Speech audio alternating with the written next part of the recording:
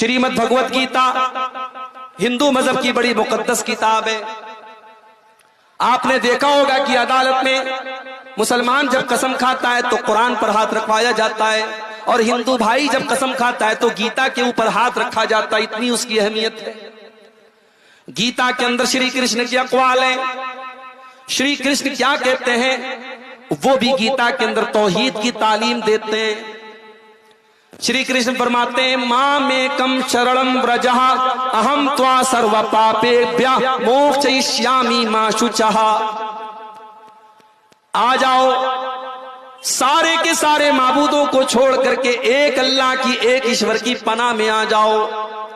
तुम कामयाब हो जाओगे, तुम्हारे सारे पाप मिट जाएंगे, सारे गुनाह मिट जाएंगे। यही बात तो कुरान भी कहता है मेरे हिंदू भाइयों, इन्नद्दीन इंदल्लाहिल इस्लाम। अल्लाह ताला के यहाँ अगर कोई दीन स्वीकार किया जाएगा तो इस्लाम स्वीकार किया जाएगा। अगर आपकी पेशानी अल्लाह के अलावा किसी और के आगे झुकी होगी, अगर आपने अल्लाह के अलावा किसी और को नफा नुकसान का मालिक माना होगा, तो आप अल्लाह के यहाँ माफी नहीं पा सकते। आपको जहन्नम में जाना होगा, और जन्नत में आप नहीं जा सकते, आप स्वर्ग में नहीं जा सकते। ये जो म्यूजिक सुन करके सुकून मिलता है ना, ये दिल के मुर्दा होने की अलामत है। ये इस बात की निशानी, ये संकेत है कि तुम्हारा दिल मुर्दा हो चुका है, तुम्हारे दिल में कुरान की मोहब्बत खत्म हो चुकी है। तुम्हें म्यूजिक से सुकून मिलता है। अल्लाह कुरान में कहता, ला बिज़िक्रिल्लाहि तत्मइन्नुल कुलूब। मेरे ईमान वाले बंदों के दिलों को अल्लाह के जिक्र से सुकून मिलता है, कुरान से सुकून मिलता है। सहाबे किराम कुरान को पढ़ा करते थे, कुरान को सुना करते थे। हमारे प्यारे नबी कुरान को पढ़ा करते थे, कुरान को सुना करते थे।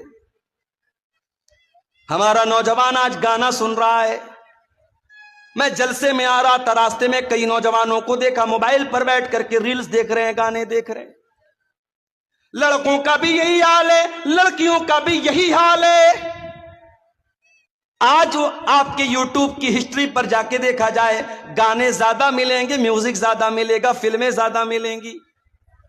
ओ लोगों, आओ जरा रब के कुरान को किसी अच्छे कारी की आवाज में तुम सुन तो लो। अल्लाह की कसम, तुम म्यूजिक भूल जाओगे, तुम गाने भूल जाओगे। ये जो म्यूजिक सुन करके सुकून मिलता है ना, ये दिल के मुर्दा होने की अलामत है। भाई आज हम यहां बैठ के सऊदी अरब की पॉलिटिक्स तय कर रहे हैं कि सऊदी अरब को ऐसे हुकूमत करना चाहिए। हम दुबई और कतर के माहौल पर तबसरा। अरे भाई, तू अपनी गली, अपने मोहल्ले, अपने घर के माहौल को पहले देख। सऊदी अरब का तुझसे सवाल नहीं होगा, तुझसे दुबई और कतर का सवाल नहीं होगा, तुझसे तेरे बच्चों के बारे में सवाल होगा। अल्लाह के प्यारे नबी फरमाते हैं, कैफ़ बिकुम व बिज़मानिन युग़रबलुन नासु फीहि ग़रबलतन। ऐ मेरे सहाबा, वो दौर भी कैसा दौर होगा जब लोगों की छटैया हो जाएगी, लोगों को छांट दिया जाएगा। फतबक़ा फ़ीहि उसालतुम मिनन नास। और ऐसे लोग बचेंगे जो बिल्कुल भूसे की तरह होंगे, बेकार टाइप के लोग। मरिजत उहूदुहुम व अमानातुहुम।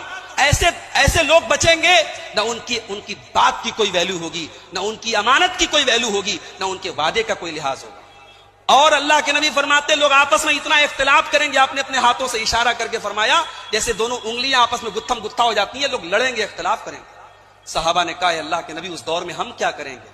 आपने फरमाया, ताखुज़ून मा तारिफून, ताखुज़ून मा तारिफून। जितनी बातें शरीयत की तुम जानते रहोगे उस पर अमल करना। वतज़रून मा तुनकिरून।